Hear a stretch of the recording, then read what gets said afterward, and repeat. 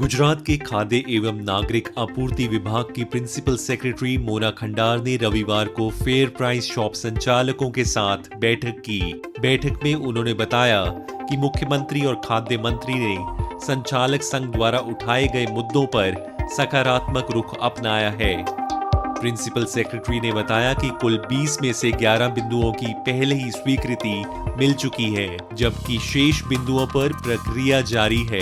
उन्होंने सभी संचालकों से अपील की कि वे सरकार की जन कल्याणकारी योजनाओं के तहत जरूरतमंदों की सेवा में सक्रिय भागीदार बने।